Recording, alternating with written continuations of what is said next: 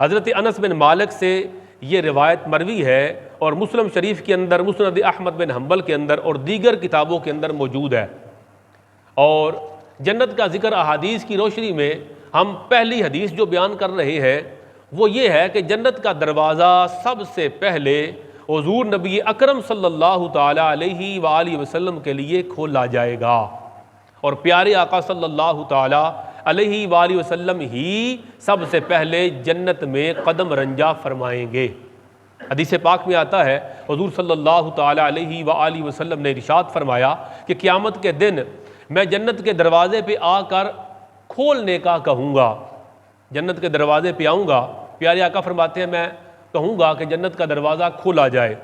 جو خازن جنت ہے، جو گیٹ کیپر ہے وہاں پر، وہ پوچھیں گے آگے سے کہ آپ کون ہیں؟ پیارے آقا فرماتے ہیں میں کہوں گا کہ میں محمد ہوں صلی اللہ تعالی علیہ وآلہ وسلم۔ تو جنت کا جو دربان ہے وہ کہے گا مجھے آپ ہی کے لیے دروازہ کھولنے پر مامور کیا گیا ہے، یعنی مجھے حکم ہی یہ دیا گیا ہے کہ جنت کا دروازہ سب سے پہلے آپ کے لیے کھولنا ہے، اور آپ سے پہلے یہ دروازہ کسی اور کے لیے نہیں کھولنا۔ پھر اس کے ساتھ ایک اور روایت، یہ حدیث پاک طبرانی نے المعجم الاوسط کے اندر، امام ہیثمی نے مجمع الزوائد کے اندر نقل کی کہ حضور علیہ الصلوۃ والسلام اور آپ کی امت سب سے پہلے جنت میں داخل ہوں گے، یعنی پہلی حدیث پاک میں آیا پیارے آقا جنت میں سب سے پہلے آئیں گے، اور دوسری حدیث پاک میں آیا کہ صرف آقا تشریف نہیں لے کے جائیں گے بلکہ حضور علیہ الصلوۃ والسلام کا کلمہ پڑھنے والے بھی سب سے پہلے حضور کے ساتھ جنت میں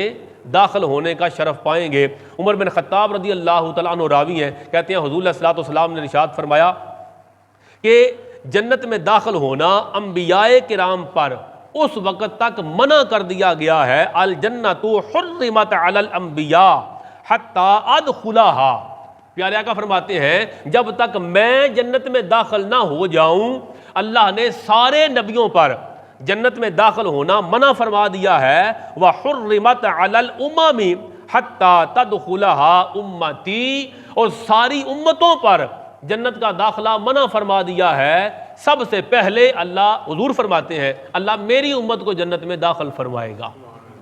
اور اسی مضمون کے ساتھ تیسری حدیث پاک وہ ہے کہ اس کے بعد دیگر انبیاء کرام اور دیگر امتوں کو اللہ جنت میں داخل فرمائے گا، اور یہ حدیث پاک بخاری شریف کے اندر ہے، مسلم شریف، ترمذی اور نسائی شریف کے اندر آتی ہے۔ اس کا مضمون تھوڑا طویل ہے اور اس میں معلومات جنت کے بارے میں زیادہ ہیں، مگر عنوان میں یہ داخل ہے کہ اس میں ذکر کیا ہوگا کہ حضور صلی اللہ تعالی علیہ وسلم فرما رہے ہیں کہ دیگر انبیاء کرام حضور علیہ الصلوۃ والسلام کے بعد جنت میں داخل ہوں گے، اور دیگر امتیں امت محمدیہ کے بعد جنت میں داخل ہونے کا شرف پائیں گے۔ حدیث سناتا ہوں، حضرت ابو ہریرہ رضی اللہ تعالیٰ عنہ راوی ہیں، کہتے ہیں حضور علیہ الصلوۃ والسلام نے فرمایا جو کوئی کسی چیز کو 2 گنا اللہ کی راہ میں خرچ کرے گا تو اسے جنت کے دروازوں سے آواز دی جائے گی، 2 گنا بار بار۔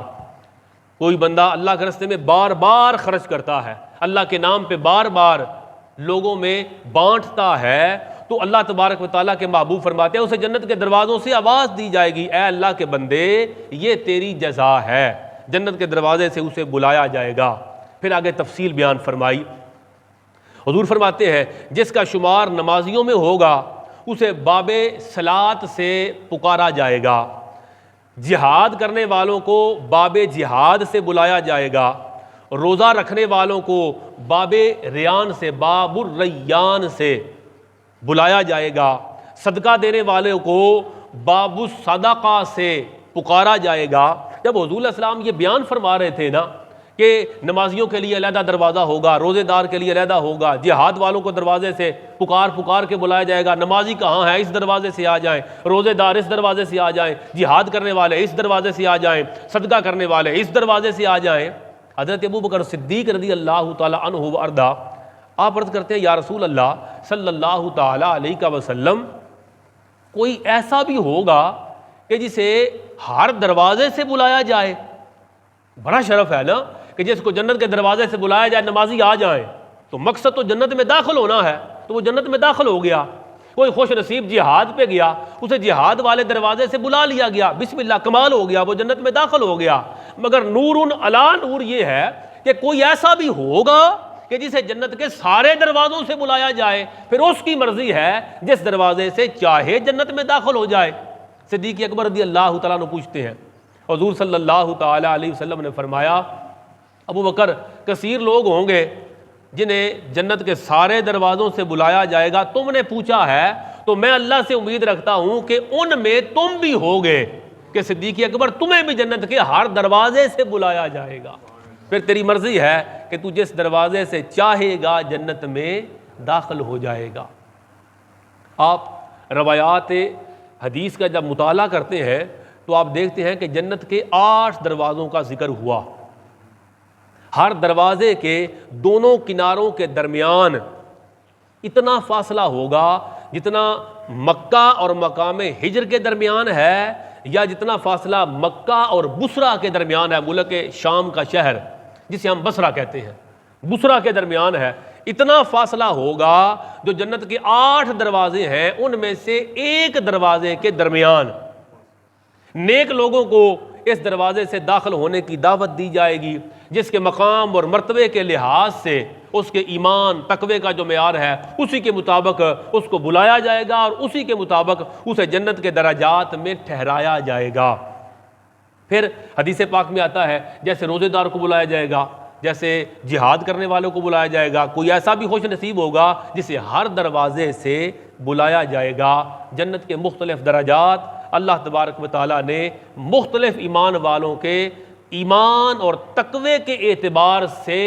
مقرر فرما رکھے ہیں۔ اللہ تبارک و تعالیٰ کی بارگاہ میں دعا ہے کہ وہ ان جنت میں جانے والوں میں ہم حضور کے گناہگار غلاموں کو بھی شامل فرمائے۔